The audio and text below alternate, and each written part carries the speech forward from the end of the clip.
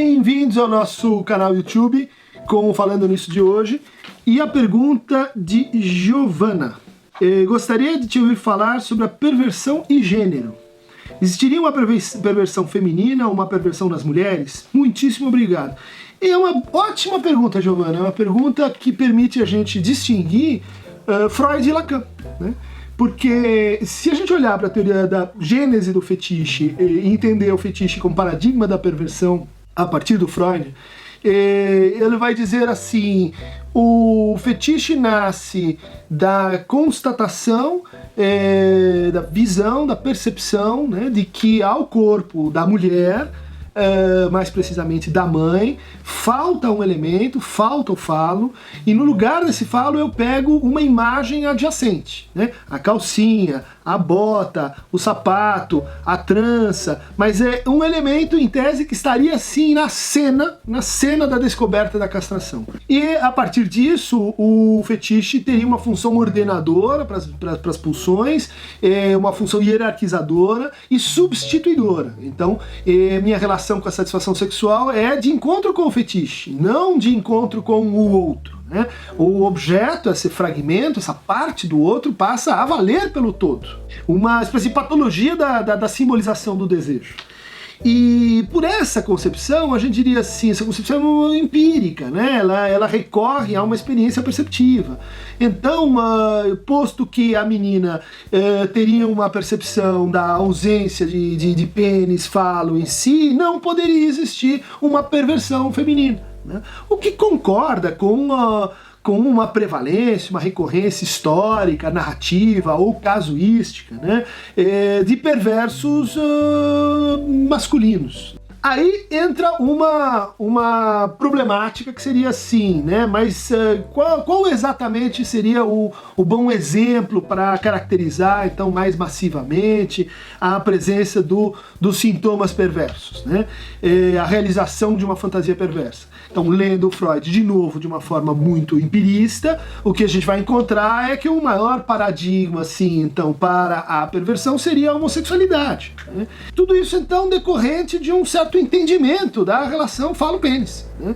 Entendimento que o Lacan vai subverter e vai tentar dilucidar, vai mostrar que quando o Freud falava na perversão, ele falava em fantasia perversa, né? E quando ele falava na homossexualidade, ele falava na fantasia de inversão e assim por diante.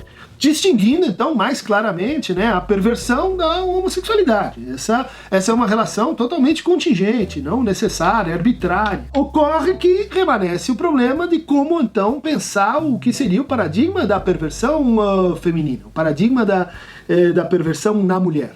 Isso talvez nos faça ir para as reformulações que o Lacan vai fazendo em sua teoria da sublimação e da perversão, né? Mas especialmente mais ao final da sua obra, no Seminário de um Outro ao Outro, Seminário 16, onde vai introduzir uma ideia muito, muito interessante, de que a perversão não se define por essa relação assim empírica com o fetiche, com a fixação, né? Que seria mais precisamente falando isso. Mas a perversão se define por uma relação de crença, né? A perversão tem que ver com a fé.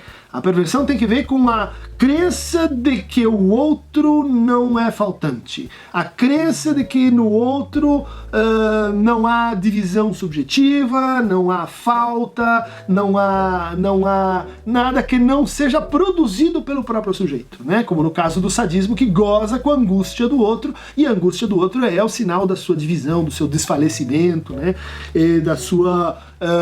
Do seu não fechamento, né?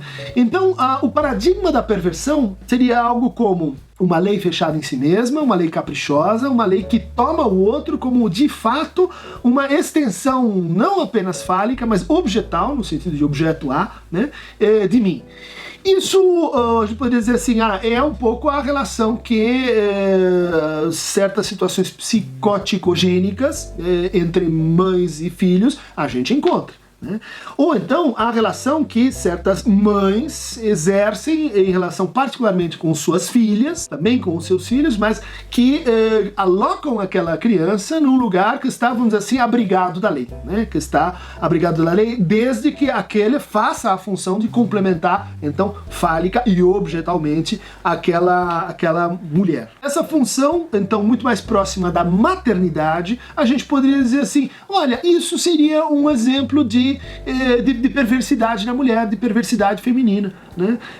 Aquelas maternidades que são assim devastadoras, aquelas maternidades que não deixam realmente o outro se separar como um sujeito, aquelas maternidades que tornam o filho um instrumento da sua única e soberana satisfação, o filho uma extensão de si mesmo, né? Você vai dizer, mas isso é o quê? Isso pode estar numa função de fetiche, né?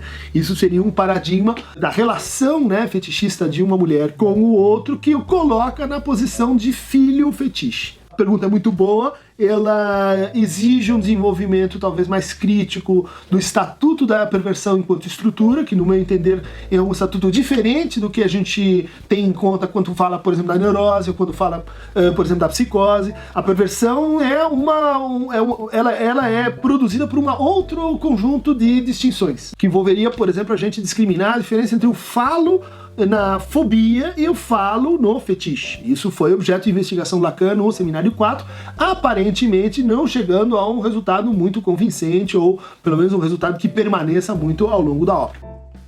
Para seguir em contato com o canal, nosso canal YouTube, basta clicar aqui embaixo em algum lugar fetichizado do Aqueronta Mobeno.